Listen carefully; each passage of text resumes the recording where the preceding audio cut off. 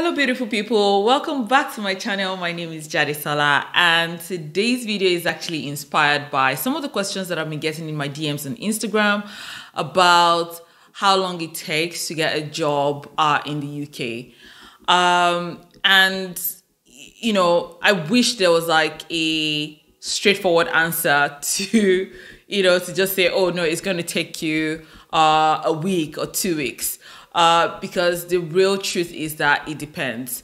And I can understand why some of these people are asking these questions because, when you uproot yourself from your comfort zone and then you move to another country and then you're like, trading certainty for uncertainty, you want to have an idea of, how long it's going to take to get a job after you have moved. To start with, I would say it depends on a few factors, one of which is the type of visa you've come with.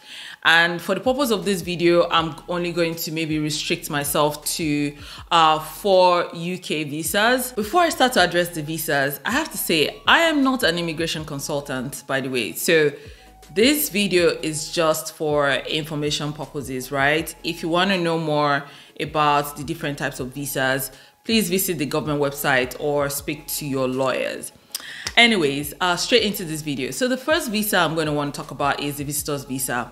And I do get like questions in my DMs about people that want to come to the UK and either work or search for a job on a visitor's visa. I think first things first, right? You're not legally allowed to work on a visitor's visa, right? It's not likely that you'll find an employer who's going to employ you on that visa, right? Because one of the first set of questions they're going to ask you if you're talking to a recruiter on the phone is, do you need sponsorship? What kind of visa are you on? So if you say you're on a visitor's visa, you're not eligible. However, I've heard stories of people that have come into the UK because it's easier for them to, come and sell themselves to potential employers who might be willing to sponsor them, and then when they interview and then get this job offer, they can return to their home country and apply for the proper visa for them to return and come and work. So if you're on a visitor's visa, you're going to be here for say, maximum 6 months at a time. So getting a job that can potentially sponsor you really just gives you that window at any point in time for you to come in and then maybe search for the job before you go out again. So that's where I'm going to leave that visitor's visa. The next visa you can be on is a student's visa. And if you're the student, then there are restrictions around how many hours you can work, right? But besides that, I think most students usually go for blue-collar jobs. And with those kind of jobs, the barrier to entry is very low. So they're easily able to find jobs that they can do while they're still studying.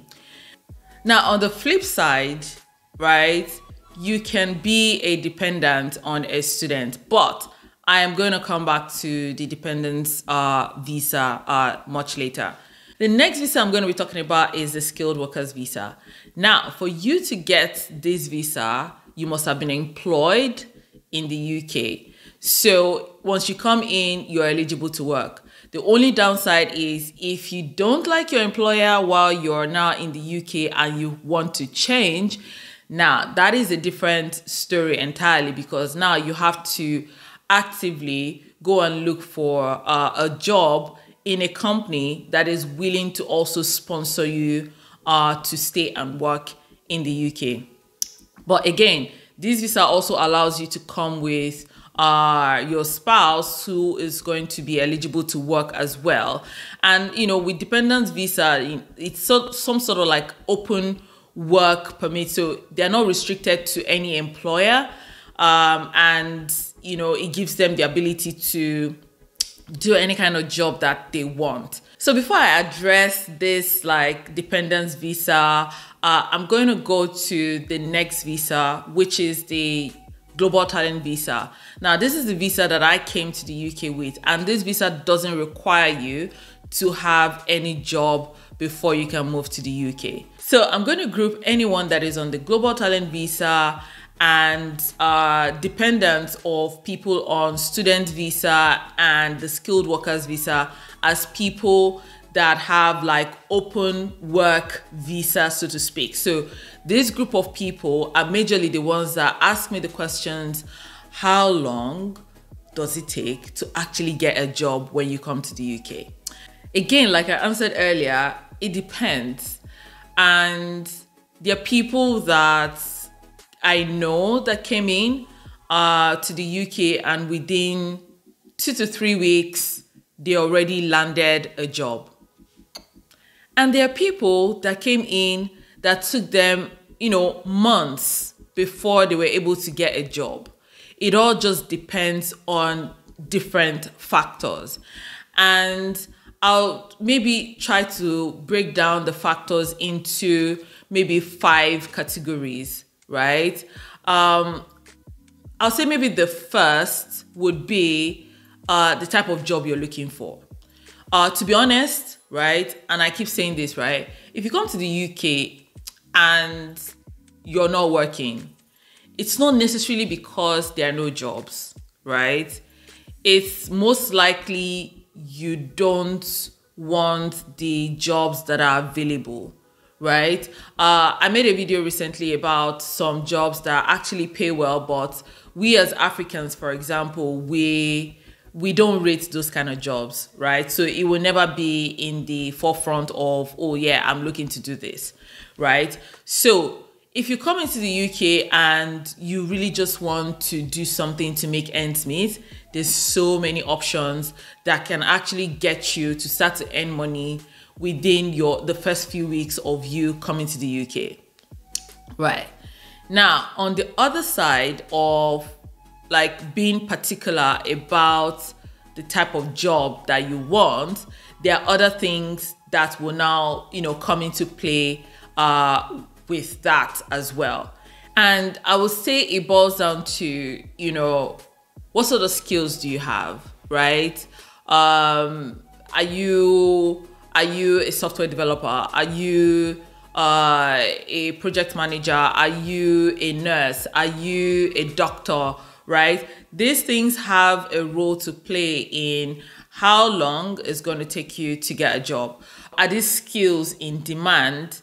And even if they're in demand, what sort of interview process are you going to go through? So for example, you could interview for up to 2 months if you're trying to get a product management role. Do you understand what I'm saying? So some of those things may play a role in how long it might take you to actually get a job.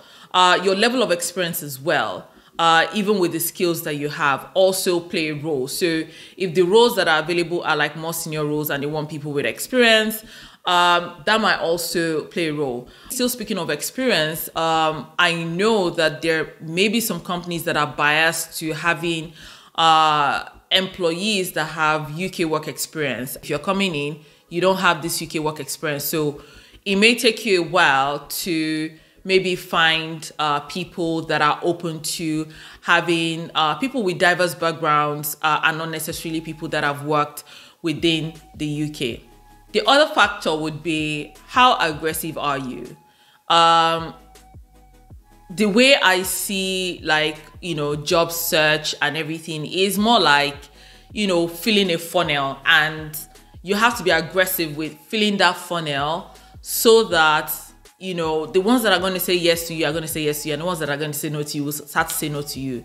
But you have options. One of the things that helped me was, as I was getting rejected, I had interviews lined up already. So there was hardly a time that I didn't have any interviews, and that will just, the more you do those interviews and, get practicing, maybe the better your chances of, getting a job much quicker. Another thing would be the quality of your network, people and, here in the UK, at least most companies that I know, they allow their employees to refer people that they think are good for the job. And there are times that jobs are actually even advertised like internally. They may not be out there.